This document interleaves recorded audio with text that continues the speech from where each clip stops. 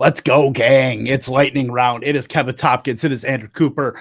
Britt Flinn will be joining us here in just a second. But Coop, we've got we got a whole slate of week one football to talk about here. It feels like we've been waiting for this moment literally forever since the Super Bowl ended.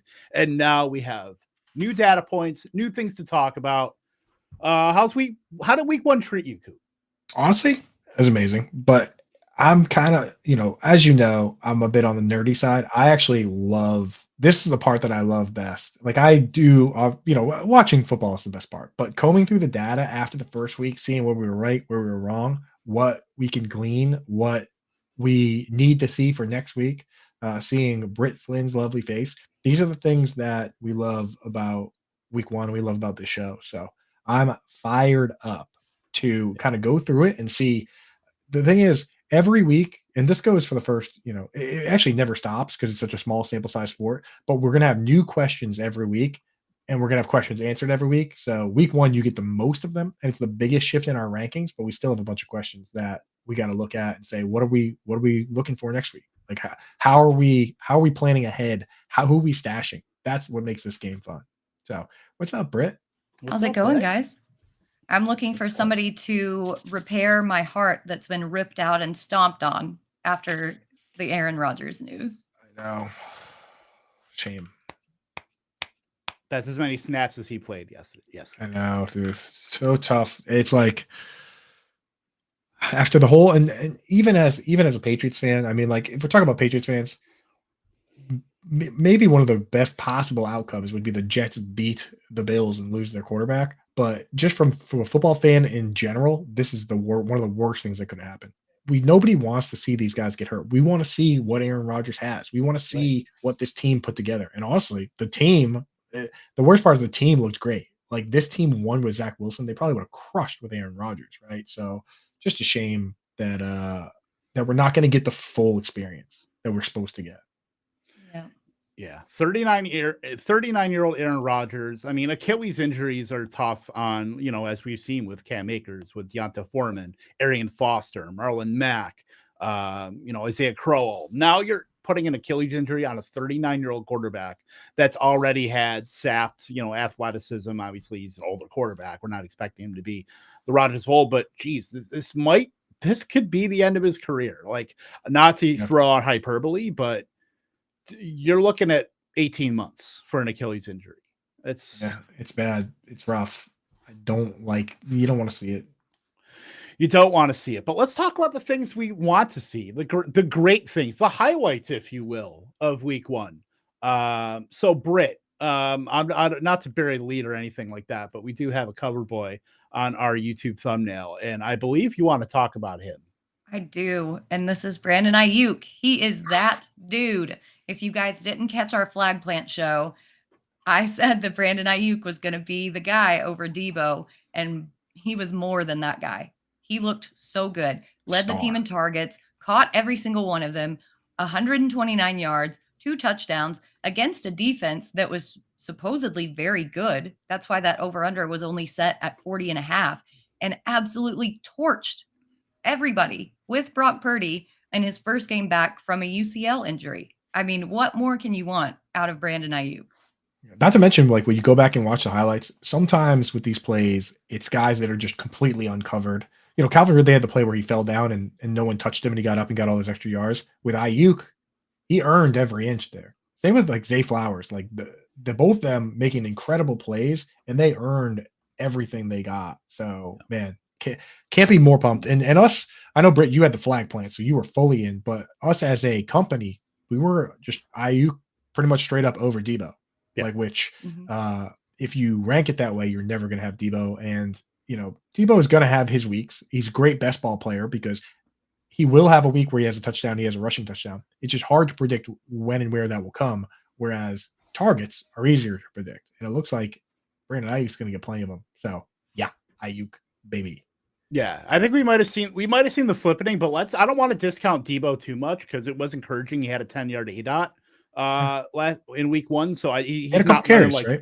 Right. Yeah, still had 2 carries. He carried, a larger ADOT. So I think there's still a lot of meat on the bone for Debo Samuel. I don't think we got to pour one out for him yet, but I think it's more 1A, 1B here. And then Christian McCaffrey absolutely crushed for the Niners too. Like this offense, as long as Brock Purdy is kind of, manning the controls here and not doing too much, like he's an embarrassment of riches here. And then we didn't even mention George Kittle, who, tight ends as a whole, Coop, I'm sorry, but like tight ends were not great. Got a lot of work to do. Got a lot of work to do. This week, only 2 tight ends had more than 50 yards receiving.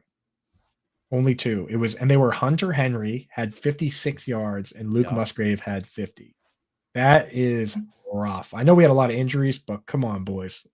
You're making us look bad over here. Let's step it up. We got a position to protect here because first they came for the kickers and I said nothing because I was not a kicker analyst. Then they came for the defenses and I was silent because I don't rank defenses, but now they come for the tight ends and there might be no one left to speak up for me. I know Linda already. True. And yeah, that's pretty true.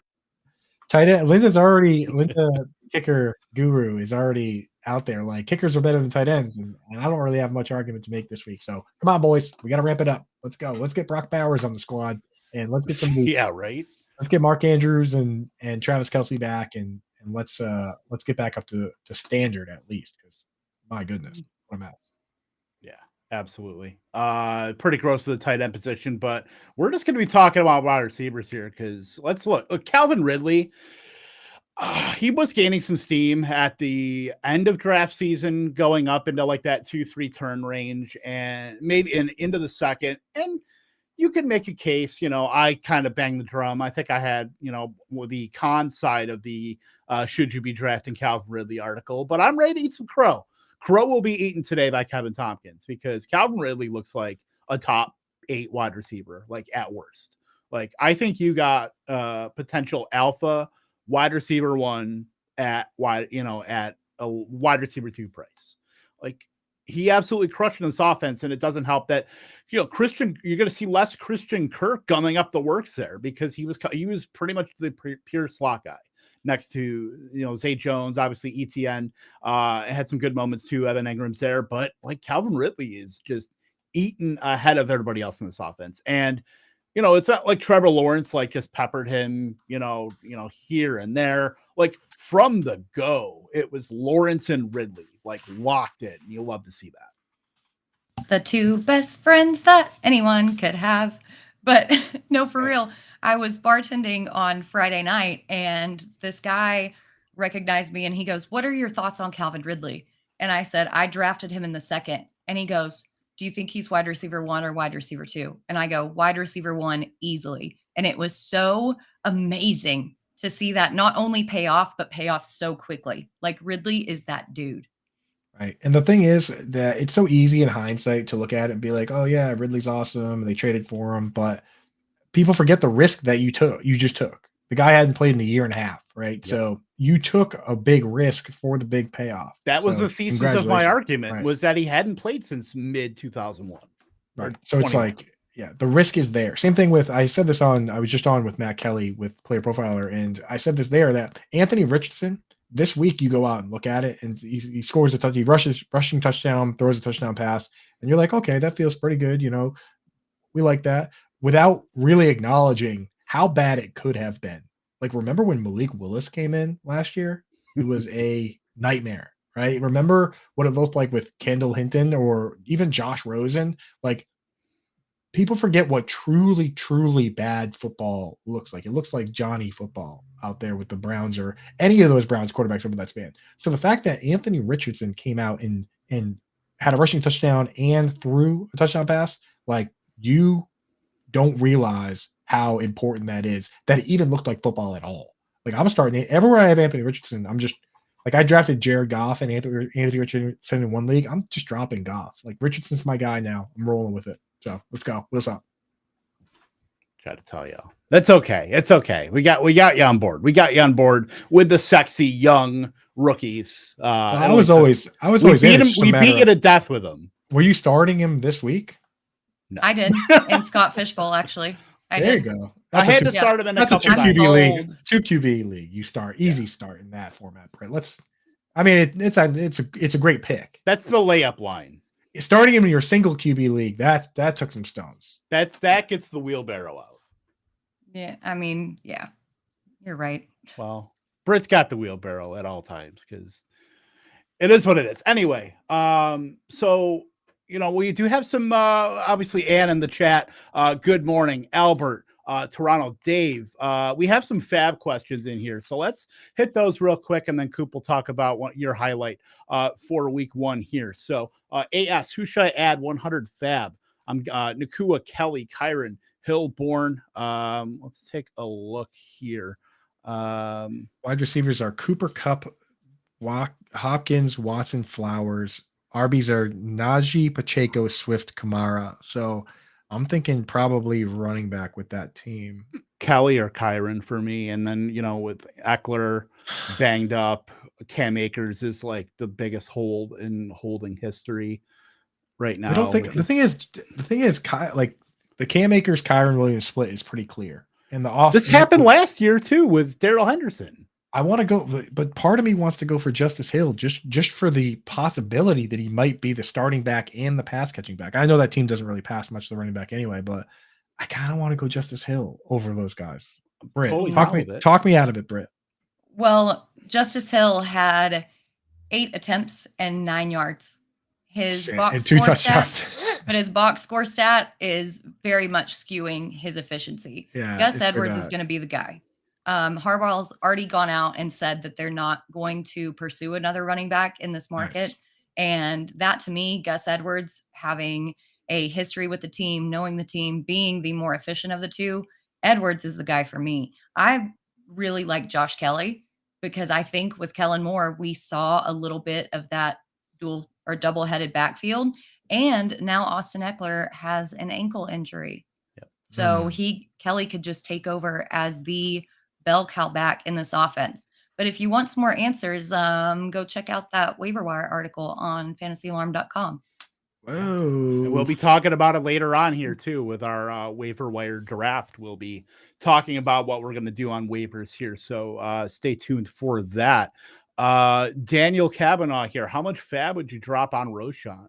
I'm intrigued by Roshan when you're talking about the 3 running backs here. Roshan did a lot late, so I think that maybe skews that for him. But I do think that him mixing in with those 3 backs, I think that bodes well for maybe a ramped up role at the expense of Deonta Foreman. I think Cole Herbert will still be involved, but you're talking about a bigger back that is earning targets. I think you love that for a 3-down potential profile. So I think he might be a stash and, kind of file that one away for October. How much FAAB though?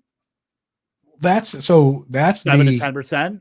That's the unique way I'm looking at it, Kev, is that if I have a team like the one above where a guy I pick up with Kamara out, a guy I pick up might go right in my lineup this week or maybe next week, then I'm looking at the guys that have the bigger roles right now. But if I have like 3 good running backs or 4 good running backs, I might make Roshan the guy I prioritize over the top because I think he has the biggest long-term upside and he's the best lottery ticket.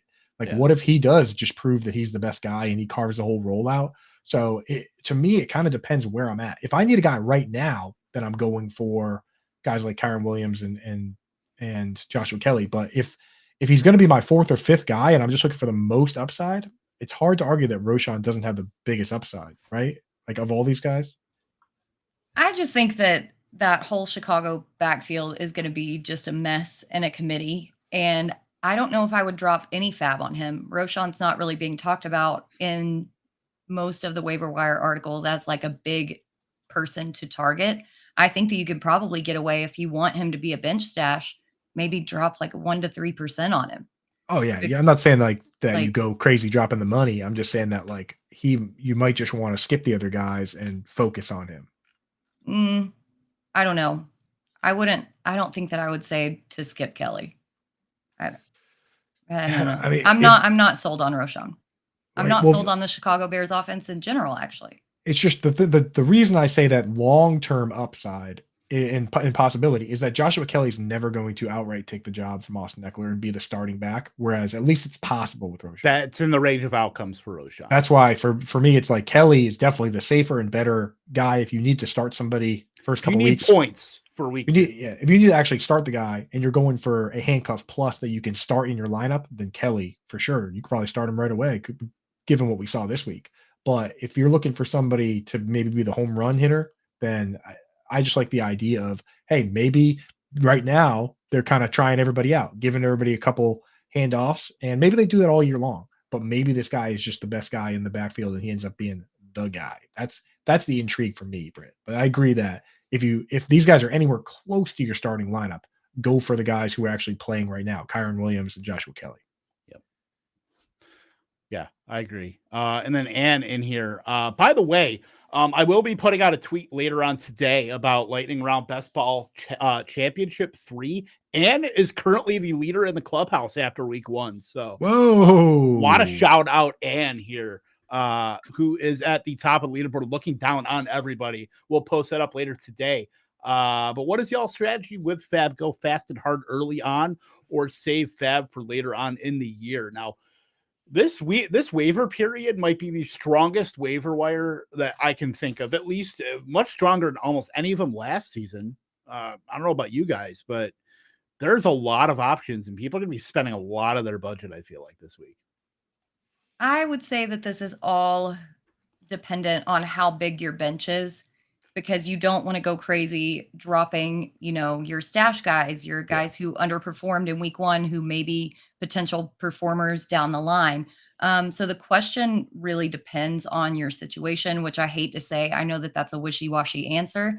But typically in the past, I have been conservative with my FAAB up until like the midweeks with bye weeks and things like that, because I think people will really be going fast and hard when they have to find a replacement for one of their studs on a bye. So I tend to play a little conservative in these earlier weeks. Yeah, and honestly, with the bye weeks, there's a lot of not bye weeks, but with the FAAB and stuff, there's a lot of strategy to it where you got to know your format. Like in Superflex, if you spend $1 in Superflex and everyone has 100 and you have 99, you're going to have no shot at getting the quarterback if there's going to be a backup quarterback playing. Like in Superflex, Zach Wilson's now a guy that you want to add, and someone's probably going to drop $100 on him, and you're not going to get him if you spend any money. So in a format like that, if I'm willing to spend $1, I'm willing to spend 10, and I'm willing to just pay up to get whoever I want to get. And the other thing is, my rule of thumb in general is if a guy goes directly into my lineup, then I'm willing to spend 20 to 25% of my budget on that player.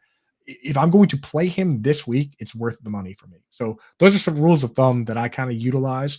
But in general, I'm with Britt that the guys are going to be inflated this week with everyone going crazy, and your money goes a lot longer the longer you can hold on to it. Right, Britt? Yep. I do agree with that, certainly. Coop, your highlight from week 1. We'll get through this a little bit here. We got a lot of show here to get into. We got a lot, so I'll just go quick and just say Zay Flowers is amazing. And he looked amazing, and his role is amazing, and this new offense is good for him, even though they started a little slow. So got to be pumped with all the people that drafted Zay Flowers in Dynasty just because he was the 4th wide receiver and they just took him. Congratulations. You're a genius, right? So Zay Flowers, we're feeling good about it. And like shout out John and Pemba, who was all over Zay Flowers this offseason. Yeah, it's like the Justin Herbert from a couple years ago where he was like the distant 3rd quarterback. And no, we're all eating. Like, yeah, the only concern is that, I don't know if it's really concerned, but we know what his role is going to be. 6 of the 10 targets that he had were either RPOs, screens, or pop passes. But look, if you're willing to scheme the guy into getting the touches, that's showing intent for the offense. So I'll take whatever I can get. Exactly. What do you think about Zay, Britt? Yeah, I think he's fine. I don't know how much of a role he's going to have when Andrews comes back, which is the only thing for me, but he still looked very, very good, especially in his first game as a rookie. Yeah, can't argue with that, certainly. So let's go real quick, the lowlights. I could probably go an hour on my lowlight. So Coop, double dip. We talked about it a little bit, but tight ends. Easy low light for me. Tight end is just a complete mess, and it's my job to sort it out. And there were some interesting things we saw. The rookies showing a little something, but just the fact that nobody had 2 touchdowns, nobody had more than 60 yards. Nobody had more than nobody went out and caught like 10 passes. I mean, Zach Ertz got 10 targets, but he had caught 6 for 21 yards. It's like somebody's Zach got to Ertz Gerald. someone do something. That's where I'm at. So the low light was definitely the tight ends were pretty rough across the board, just for a position. That was kind of tough. We'll figure it out. Yeah, absolutely. Let's do I trade Zay Flowers here for Amari Cooper? I think that's I would do that. Yeah, I would do that too. So if you get a buying opportunity, he has Cup. So here's the problem is he has Cooper Kupp and Christian Garrett Kirk kind of rough. Yeah. So JSN. the problem with Amari Cooper's banged up. I think I wouldn't do that trade until we know that Amari Cooper is going to play this week, because otherwise you're who's that third player? So you're Christian Kirk, JSN. Well, Kirk Wilson JSN isn't too bad, right? This is not dynasty, I imagine. Right. Which Wilson though? I'm assuming. Oh, if it's Michael Wilson, then definitely do the trade right now. Yeah, if it's Garrett, then yeah. Well, actually, no. If it's Michael Wilson, you might have to drop. You might have to start Zay Flowers. That's the thing. It's hard to do that trade until we know if Amari Cooper is going to play. Do we have a word on that yet? I hadn't seen anything. I was looking this morning. I haven't seen anything on the injuries. They're being very mum. He left the game, so right. Yeah, but they were also trouncing, so there was no reason for him to come back in. Really. Very true. Yeah, I need Amari Cooper. I need him to play. So I'm wishing him into week 2 existence. Right. Yeah. I don't know. I'm a little worried about Wilson, to be honest. Aria, let's talk about that, Britt. Yeah, I mean, had it not been for that one-handed grab off that very, very bad pass that Zach Wilson threw, and just the pure athleticism of him literally laying on his back and being able to catch that touchdown, he would have finished with single-digit points.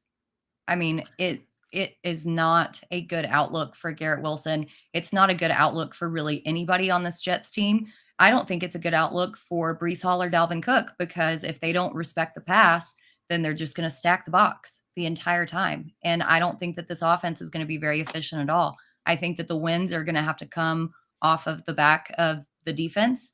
And I have so much exposure to Garrett Wilson. It feels like somebody ripped out my heart and stomped on it. Yes. And the problem that we run into that Britt kind of alluded to there is that last year what Garrett Wilson is a good player with bad quarterback play that finished as a back end wide receiver 2 on volume alone. And this year the hope was that it was going to be a good player with a good quarterback that could now be a wide receiver 1, because you take good player plus good volume and you get stud. So now we've kind of reverted back to good player versus inefficient volume equals wide receiver 2. And I was not drafting him as a wide receiver 2. I was drafting him to be my wide receiver 1 on my teams and to be a wide receiver 1 in fantasy football and hopefully be a top 6-7 wide receiver. So now Garrett Wilson needs to be extra amazing. That's what we need to see. And hopefully Zach Wilson, I know that, he was set to be the backup, but he did get to practice. He got a full off season under his belt. He's older. He should be at least a little bit better. Last night, there were some plays where in years past he would have taken a sack and instead he threw it away, or even got a ball off that looked like a normal pass. So maybe he can be okay, but yeah, not good. Not ideal. Yeah, maybe he can be below average. I think that would be a step up from what he was last season. That would be great. Yeah. Not great, Bob. I think, the quarterback market is going to be perked up. I mean, the Jets are already contacting veteran quarterbacks here. I did post in the chat Flacco, which would certainly help my Breece Hall backs. I think anytime you can get Alex Smith in there to just give Breece Hall like 15 targets, I think you got to do it. But I already talked to everybody. They said, we're off of Garrett Wilson. Let's just do what we can to salvage Breece Hall. Like, he is a national treasure. Oh, man. Breece Hall looks so good. Yeah, he did. He looked amazing, dude. They're keeping it under wraps that he was awesome. And Dalvin Cook looked okay, but Breece Hall was just explosive. He looked Dalvin Cook looked spry at times. Just think that, Kev, you pointed out there was a little bit of a hitch in Breece Hall's on that long run. That would easily, if this was last year, that would have been a house call. That would have been 100-yard touchdown or whatever, 90-something yard touchdowns. Yeah. Mm-hmm. What you gonna do? It is what it is. My low light for week 1, it's the Atlanta Falcons just as a whole. I hate them. We need to try to find the guy who did this. It's obviously Arthur Smith, and he is playing his way to being the offensive coordinator of the Akron Zips next year, if he keeps this up. So, I mean, anytime you can make 3 top 8 draft picks a decoy for your RB2 Tower Algier, I think you have to do it. So that's kind of where we are with the Atlanta Falcons. In the passing game, Kyle Pitts, London, you can't really start. Like, Kyle Pitts had his moments even last week or in week 1. Drake London, 1 target, just bad. Last year they threw for 24 passes a game, which the Falcons and the Bears, that's the lowest anybody's thrown per game, 24. The lowest anyone's thrown since 2009. Yep. And this year we said, no way it can be worse. Can't be worse. And they came out and they threw 18 passes. They're literally dead last in the league this year. And they won. That's the worst part. The worst part is that they won. Arthur Smith needs to be punished for his misdeeds. We need this team to start getting crushed. That's what we need, because we cannot have them winning games like this. Not for fantasy football. They don't care. They don't. Like, he's been out. He literally said he doesn't care about. We want them to lose games. We want Drake London and Kyle Pitts. We want their agent to try and get them to shoot their way out of town. Like, that's what we want. And then Bijan and Algier can live happily in this offense, and our pass catchers can escape. But Arthur Smith said the same shit last season, that we sucked. don't care about fantasy football, that all we want is wins. But they weren't winning then. Arthur Smith just doesn't know anything. He doesn't know ball. He doesn't know ball. He literally thinks that 2 of his players on his team are on the track team and not the freaking football team. I mean, it's asinine, and it's so annoying to have to deal with this in fantasy. Have to deal with 2 top 10 picks who are just out there running around and then do nothing. It's absolutely disgusting. It really is, man. And the worst part is that they won the game. Oh. That is literally the worst part about, because they're gonna run into like 6 or 7 wins, and then we're gonna do us all again next year, and it's gonna be just. Please not. I can't do it 3 years in a row. No, I can't even do it the rest of this year. I don't have the stamina. I don't have the mental acuity to be able to handle anything like that going forward. Like, week 1 was enough. Come on. Send Arthur Smith into the shadow realm. Forget. The worst part is that no one will trade me Kyle Pitts in Dynasty either. I was like, I traded Kyle Pitts for Garrett Wilson. How's that feeling? That's great. Yeah. Nobody will give him to me. I can't get him. And I've been offering, like, I've even offered a first round pick. I'm just like, take my first round pick. I'll take Kyle Pitts. And they just, I don't know. Maybe they follow me on Twitter. Yeah, maybe. All right, we talked about the good stuff. We're obviously ended the highlight, low lights. The Atlanta Falcons. We talked about that. What do we want answered in week 2? I want to know, you know what? I've been on record saying Jordan Love is maybe not a great quarterback, but look, he looked pretty good in week 1. Granted, against the Bears. Jordan Love might be a boat lifter in this offense. If they're going to be giving all these wide receivers like 50%, 60% of the routes with Christian Watson out, like, someone has to make them look good. And I think Jordan Love certainly did that. Dobbs had 2 touchdowns. Some player that I just knew existed called Dontavian Wicks was out there running like 60% of routes. Like, it was gross in that kind of context. We know, I mean, we would like to see that Watson, Dobbs, Jane Reed are going to be like the 3 main guys, but with Watson out, they just split it between everybody. Then Musgrave ends up running, obviously was over 50 yards. We talked about it earlier, but yeah, Jordan Love, Packers offense might be a lot better than we think. I think there was an interesting stat on Twitter that the PFF grade for Justin Fields and Jordan Love was the same. Yep. Which was very interesting to me, because the eye test did not equate to that. Like, Love looked way better. I know that, there were some passes that he missed, but also look at the receivers who he was working with. Couple rookies, couple, 3rd, 4th, 5th stringer guys. I think what really sets Jordan Love apart is the fact that he was so secure with the ball, that he didn't make bad decisions. But the Bears secondary is also pretty bad. So we're going to have to see, like, when everybody comes back, is that going to translate when he's up against some tougher defenses? Yeah, that's the interesting thing. So with the PFF nose ball, like, they graded him pretty low. They gave him the same grade as Justin Fields did. Justin Fields obviously buoyed a bit by his rushing, but I thought that was interesting to see that they didn't have Love graded higher. Whereas if you look at the passer rating for those two players, it was like 128 or 123 for Love and like 70 something for Fields. And I think anybody that watched that game, Jordan Love just did a better job of running the team. Forget fantasy football. Like, he just ran the team better. So Jordan Love, certainly interesting for me. Britt, is he the top QB ad this week for like under 50% owned, or is it, I got to add him over Mac Jones for sure. But like Brock Purdy, if he's out there, Love or Purdy for you? Yeah, I have Love because I think that Purdy's ceiling is capped by kind of being in that game manager role. I think that CMC's rushing takes away that ceiling from Purdy, whereas Love, if he airs it out with Christian Watson when he comes back, he could put up some serious points and do some serious damage. So it's Love for me. Yeah, I'm with you. Awesome. Britt, what question do you want answered in week 2 from week 1 stuff? I want to know how Dallas and Dak Prescott actually look, because their defense was so good that we didn't see really any of their offense. It was just kind of the white flag was waving. Tony Pollard got into the end zone a couple times, but how does Dak look with Brandon Cooks? How does this offense going to actually operate when they aren't putting an absolute shellacking on the team? And I don't think that we're going to get answers to that next week, honestly, now that Aaron Rodgers is out for the Jets.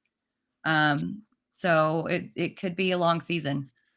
Yeah, it's not. Yeah, that's what sucks is, again, like I said, small sample size sport. So if you have just a non-game like we just had, right, with the defensive effort and the returns and just pick sixes and just a mess, then we didn't get enough answers. And like you said, we might not even get answers this week. So kind of gross there. But I mean, got to be happy as a Cowboys fan, Britt, right? I mean, yeah, I'm not complaining about that at all. Just as somebody with a lot of shares of CD Lamb, I want to know, are they actually going to have to pass the ball, or is the defense going to carry the entire team for them all season? Right. Tony Pollard looked awesome. That's definitely true. But yeah, Dak, we got to see Dak with his back against the ropes, and we will at some point. It's just, not in the early going, and decisions need to be made sooner rather than later in fantasy football. For me, the thing that I'm interested in seeing is Kenneth Gainwell looked awesome, got the pretty full workload. DeAndre Swift just kind of mixed in a bit. So did Boston Scott. I want to see if Rashad Penny has any effect on that. That's the last hurdle here, because there is a world where maybe Penny comes in and does some of the goal line work or early work, or maybe is even the starter when he's healthy. But Kenneth Gainwell looked good enough that I'm hoping Penny just goes away, or when he does play, it's the Gainwell show. And if they got to spell him, it's Penny on short downs and Swift on pass downs, but it doesn't really affect his workload. But that's what I want to see. I want to see, does Rashad Penny affect Kenneth Gainwell at all? Because if he doesn't, then Gainwell already, no matter what, feels like we got a good value at ADP, but we could be talking big time value if he's just going to be the starting running back for the Eagles, right? But see, I don't know if he will, because Sirianni said something about Swift only getting 2 touches. I hate Gainwell's already banged up with a rib injury. Yeah, that came out today. Yep. That's the classic. Sorry. I just don't know if he's durable enough to be that bell cow back. But it was certainly interesting to see Penny as a healthy scratch, and then Swift only getting 2 touches. Yeah. Now, the crazy thing about that is when the coach, because who was the coach for the Adam Gase? Adam Gase used to do this all the time. He would come out and say these things, literally like, we're all trying to find the guy who did this, when you're the one that calls the plays, right? He's like, who's responsible for Dallas Goedert only getting 1 target, right? That's basically what he said. Like, we got to make sure these guys are getting more touches. It's like, dude, aren't you the person that picks the plays off a little sheet and sends them in? Like, of course, like, why even say something like that? Like, you should say, we're going to give the ball to this guy more, right? So I don't know, man. All I know is that Gainwell was the guy. That's who Adam Gase was looking for with that bizarre press conference that he was doing. The best one of Adam Gase was one game. He was like, I don't know why Chris Herndon didn't do anything. And then I looked it up on Pro Football Focus, and he blocked on 43% of his pass plays. It's like, yeah, no wonder he didn't get the ball. He's playing left tackle, Adam. All right, we got some questions in the chat. We'll hit these up real quick, and then we'll go to our waiver wire. Here, what do it do? Stumble on the stream. Appreciate you, Benny Gone Wild, for stumbling upon Lightning Round. If you like it on Twitch, we certainly thank you. If you're on YouTube, hit that like button so we can all feed our kids, especially Coop. He's got a little one to feed at home. I need a running back. My doctor likes. Yeah, Gainwell, Gus Edwards, Josh Kelly, Kyron, Moss. Thanks. Thoughts. Thanks. Gainwell's there. The injury kind of stinks, but if Gainwell's there, I think you got to go with him because he's the only one that could be the full-time starting back. But I could be sold by Britt Flinn in her waiver wire article. So Britt Gainwell, if he's there, he's not there in many leagues. Yeah, he's not there in many leagues, and that injury concerns me. Josh Kelly, I really do think that we're going to see a double-headed backfield with the Chargers. And now with Austin Eckler out, you could get potentially a couple of spike weeks with Kelly, where I just feel the looming specter of Swift hanging over Gainwell, even if that rib injury isn't serious. Plus, I think that Josh Kelly has a couple more opportunities to get receptions than Gainwell does with Justin Herbert and his quarterback outside of Jalen Hurts. So I'm leaning Josh Kelly here for the long term. I don't know, man. I can't buy into Gainwell. Maybe I'm just so annoyed by Sellers propaganda all off season that I'm sick of hearing his name, but it's Josh Kelly for me. Yeah. It'd be Gainwell or Kelly. You can make a case either way for both. But again, it depends on, like with the guy earlier with Alvin Kamara, you go for Josh Kelly because Eckler's banged up and you can start him right away. And same thing with this situation. If the guy goes right in your lineup, it's got to be Kelly. But with some of these, you got to balance upside versus immediate need. So right. I could get on board with Kelly there. Yep. Should I go all out with FAAB, try and grab Nakua and one of both Kyron and Kelly? I don't think you have to go like super all out on them, but you also want to be able to give yourself some room later in the season for whoever comes up then too. So I don't think spending all of your FAAB on the week one guys that stud up is really that prudent. And we still don't know what Nakua's role is going to be back or be once Cooper Kupp returns. Are they going to keep him in there like on the outside, or is he just a 1-for-1 sub for Cooper Kupp? Like, we don't know yet. Yeah, that's the scary thing is that the example last year was a guy like Greg Dortch, right? Obviously he's not on the level of 15 targets or Cooper Kupp, but Greg Dortch came out and he played really well when Rondale Moore was out. And then when Rondale Moore came back, Greg Dortch literally just went back to the bench. So I just don't think you can put the genie back in the bottle here. He's just with too 15 good. targets. If it was like one of those 3 catches, 158 yards and like 2 touchdowns, I think you can make the argument with that. But 15 targets, like that just doesn't happen. Like you can't put the genie back in the bottle after that. A lot of targets. Yep. There's a lot of targets. Trade Mike Evans for T. Higgins. No, I wouldn't do it. Mike Evans looked good. He looked good, but also the Vikings defense is putrid. And Cleveland has the Bengals number. They've won 5 out of the last 6 matchups against them. Hold Higgins. Oh, so you'd rather have? So I think he can move Mike Evans and get Higgins. Well, yeah, I'm saying take the Higgins side. Yeah, I mean he got 8 targets, so yeah, he's not gonna. I could see him getting another 8 target game, but I don't see him having any more 0 catch games. Right. I traded Gainwell for Pacheco. I own Swift. Smart move. I figure Swift will play a part 2 and avoid the guessing game. Don't mind that. Being able to get Pacheco. Yeah. Pacheco looked good. I mean, like we thought Jerick McKinnon was going to play a pass role, but he only caught 1 pass. So maybe Pacheco is just kind of the dude, huh? Yep. Agreed. Certainly. Let's see what else we got here. PPR trade thoughts here. What side? Jacob, CeeDee Lamb, London, or Chase Walker, Breece Hall? Chase Walker, Breece Hall. Yep. 100%. Yep. Smash it. Yep. All right, let's get into our waiver wire here, snake draft. Britt, with your first pick, if your choice of waivers, who are you taking? I don't know how I'm supposed to play. What are the rules?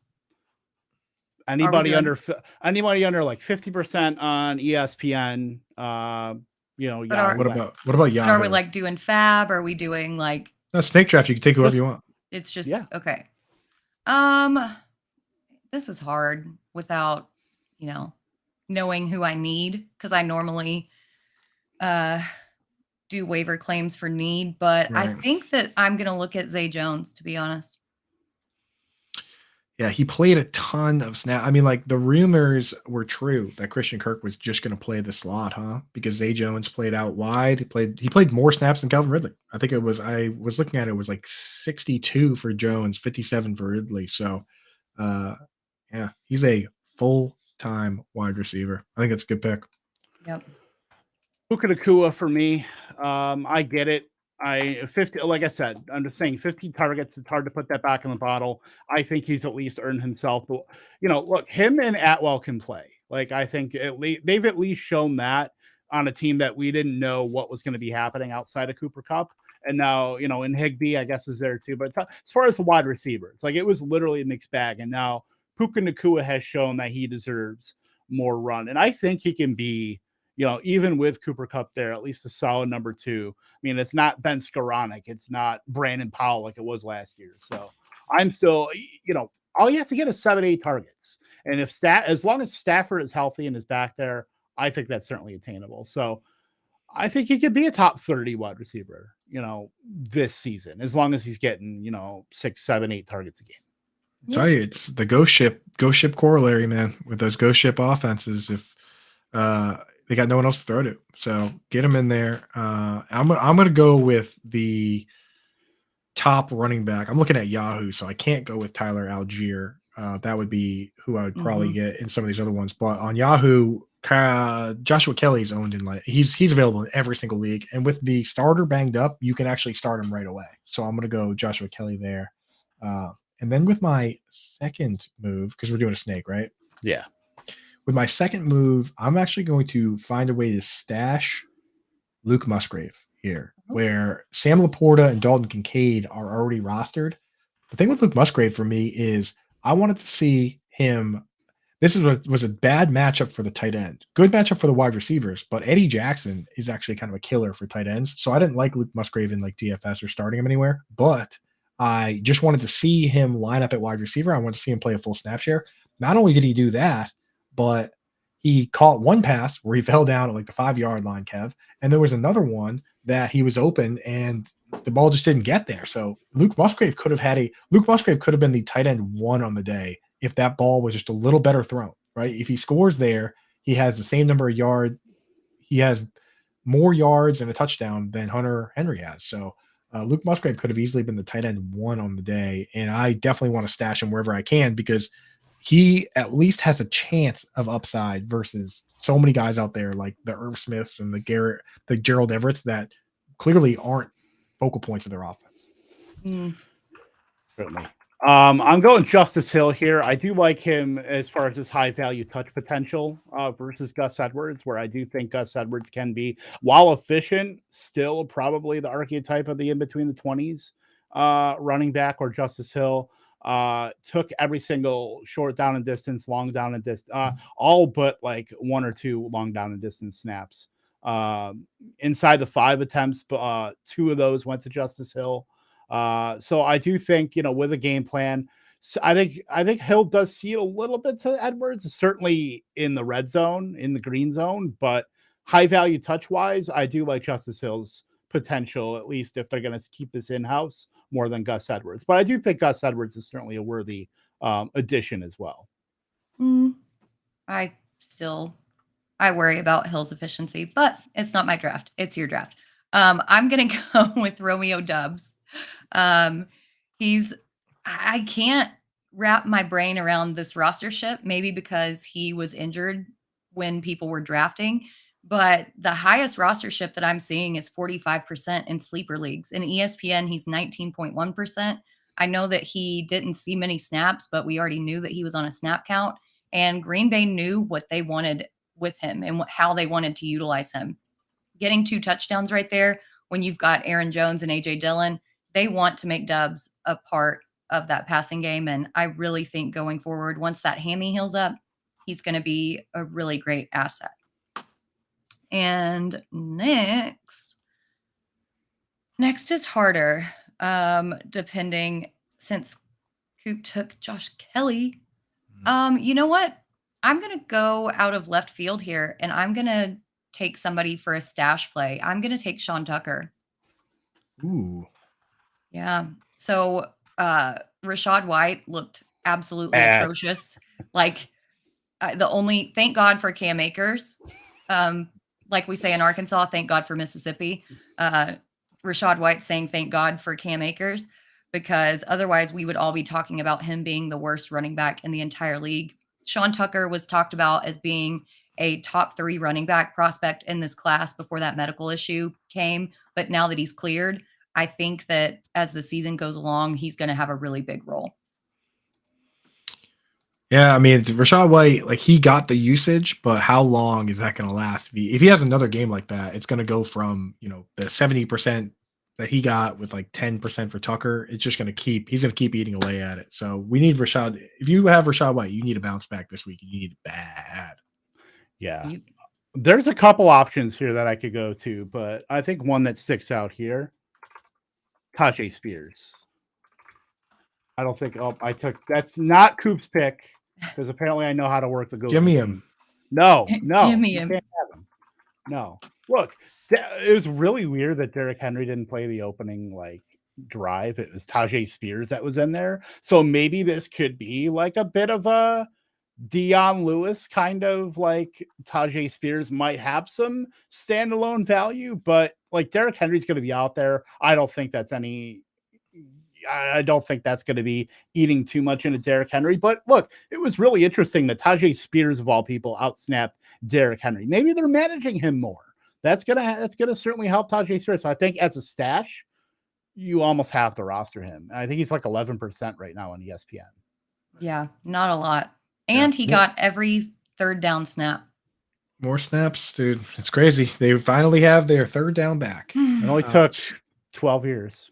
Yeah. So last round I went with Luke Musgrave, which is to me the high risk upside play. If you need somebody to start this week, I think Britt has it right. If you check your Britt, I believe you had Hunter Henry and Hayden Hurst and somebody else in your article, right? I do. I have Laporta there at the end. You can't have Laporta in there. In the rostership, he's only rostered in 34.3% of ESPN leagues. Yeah, so those guys on ESPN available. are fools. They're fools over there on the ESPN. Brett. I had to include him. You're right. You have rules set for, you have within the rules of the article, you got to include guys like that. So I think that's fair. So Musgrave is my upside play. If you need someone to start this week, it's probably Hunter Henry or Hayden Hurst. With wide receivers, if you need someone to start this week, go with Puka Nacua, Romeo Doubs, Zay Jones. Obviously, the guys have been picked already. For a long-term stash, the guy I like is Michael Wilson. I've been drafting him in best ball. I've got him stashed in a few places.